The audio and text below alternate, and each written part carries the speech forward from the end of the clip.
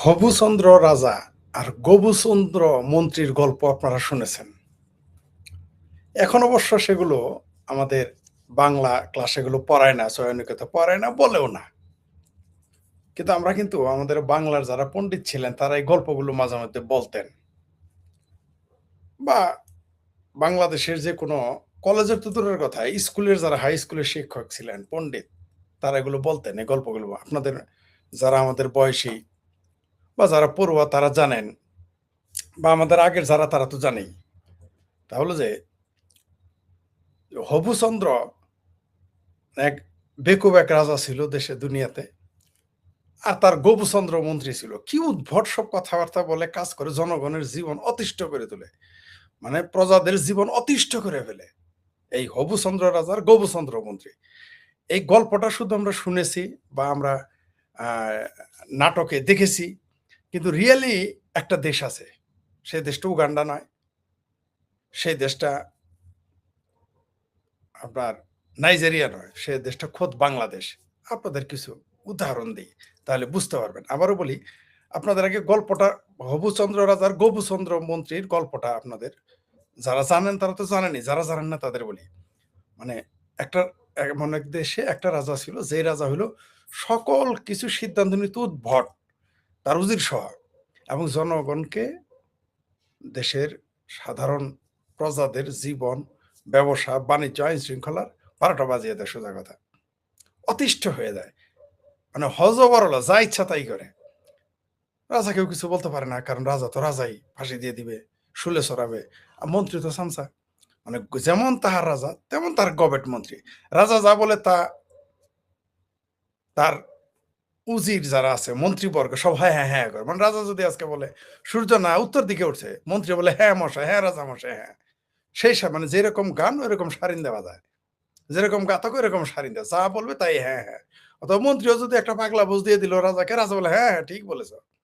বিষয়টা এরকম। একটু উদাহরণ দিই আপনাকে, উদাহরণ দিলে আরো ভালো হবে। একেবারে বাংলাদেশের সাথে একবারে মিলে গেছে। যারা কমেন্ট, আমার কমেন্ট বোঝা যাচ্ছে কিনা দয়া করে জানাবেন।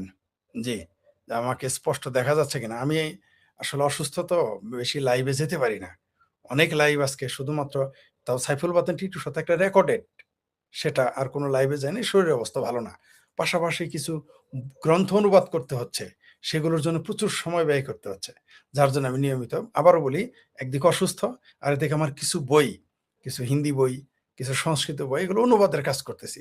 তো আর নিজেরও তো মৌলিক গ্রন্থ রচনার জন্য সময় দিতে হচ্ছে, যার জন্য লাইভে অত আসতে পারতেছি না। কিন্তু না এসে উপায় থাকে না। দেশের এমন পরিস্থিতি যে আপনি কথা না বলে থাকতে পারবেন না। দেশে এই যে হবুচন্দ্র রাজার গবুচন্দ্র মন্ত্রীরা কি করতেছে, আর দেশের জনগণের জীবন কিভাবে অতিষ্ঠ করে দেয়, তার একটু উদাহরণ দিই। এই যেমন আমাদের হবুচন্দ্র রাজা, হ্যাঁ, আমাদের হবুচন্দ্র রাজা বলেছেন, বিএনপি ২০২২ সালে সংস্কারের কথা বলেছে, তখন আপনারা কথাই ছিলেন। এটা হলো আমাদের হবুচন্দ্র প্রধানমন্ত্রী এই কথা বলছে।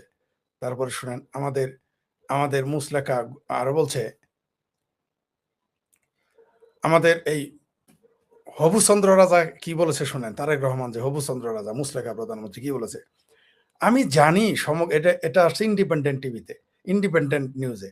আমি জানি সমগ্র দেশের মানুষ, শুধু ঢাকা শহর না, বাংলাদেশের সকল জেলা উপজেলায় বহু মানুষ বিদ্যুতের কষ্ট ভোগ করছেন এই মুহূর্তে।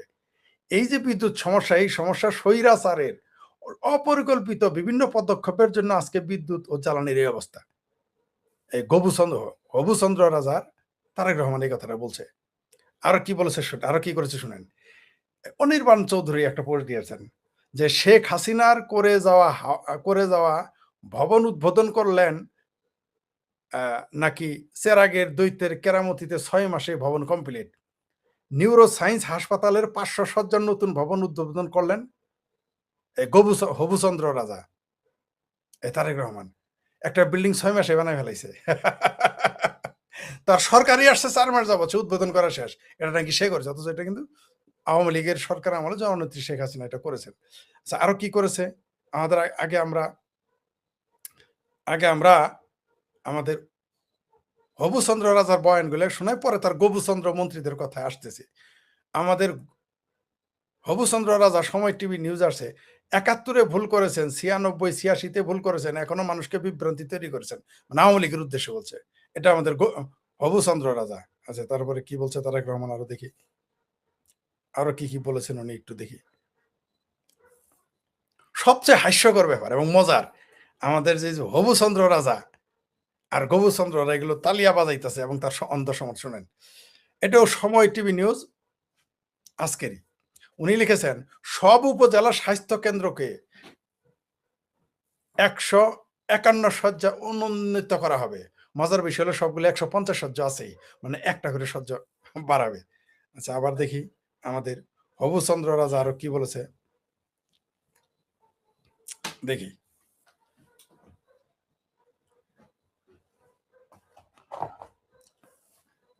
স্বৈরাচার সরকারের কারণেই বিদ্যুৎ ও জ্বালানির অভাবে মানুষ কষ্ট পাচ্ছে। এটা আমাদের হবুচন্দ্র রাজা তারেক রহমান বলছেন।